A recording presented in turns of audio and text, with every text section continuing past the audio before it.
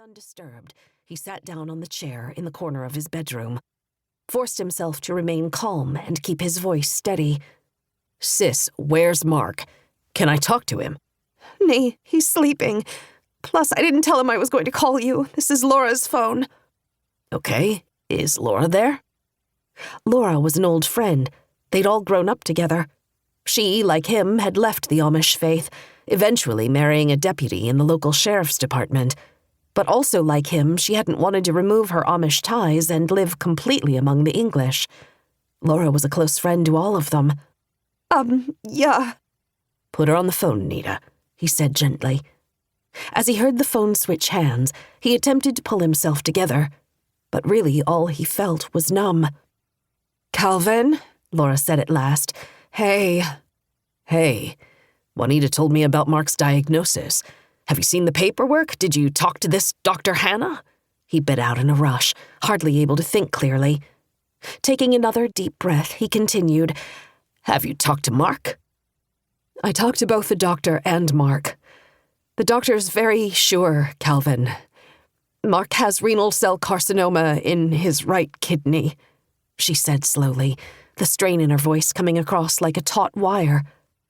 "They want to schedule an operation as soon as possible, like next week. Can you be there?" "Of course." Making the decision, he got to his feet. "I'll leave tomorrow morning." "Thanks." Lowering her voice, she said, "Mark and Nita are going to need your help." "That's good, because I want to help. Tell Juanita that I'll see her in the early afternoon." "I'll do that." He heard Laura murmur something to Juanita and seemed to move into another room. "Calvin, I need to ask. Are you going to bring trouble here?" He knew what she was asking. As far as she, Mark, Juanita, and the rest of the world knew, he was still involved in a gang and still did a lot of things that were illegal or brought on trouble of one kind or another.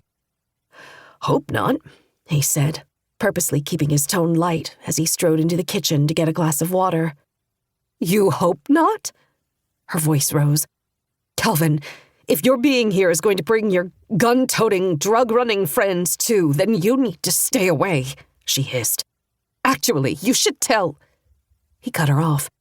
"Gun-toting, drug-running friends," he said with a forced laugh. "You make me sound like some kind of old-time gangster. Have you been watching black and white movies on TV again?" "Don't joke about this," she replied in a steely voice.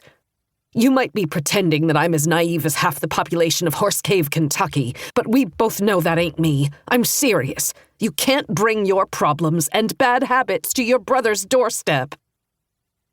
As he filled his glass with water from the tap, he found himself wishing again that he could tell someone, anyone, what he was really up to. But because that wasn't possible, he kept his reply light. "Nothing's going to happen. Settle down before you get Juanita wound up. Everything's going to be fine."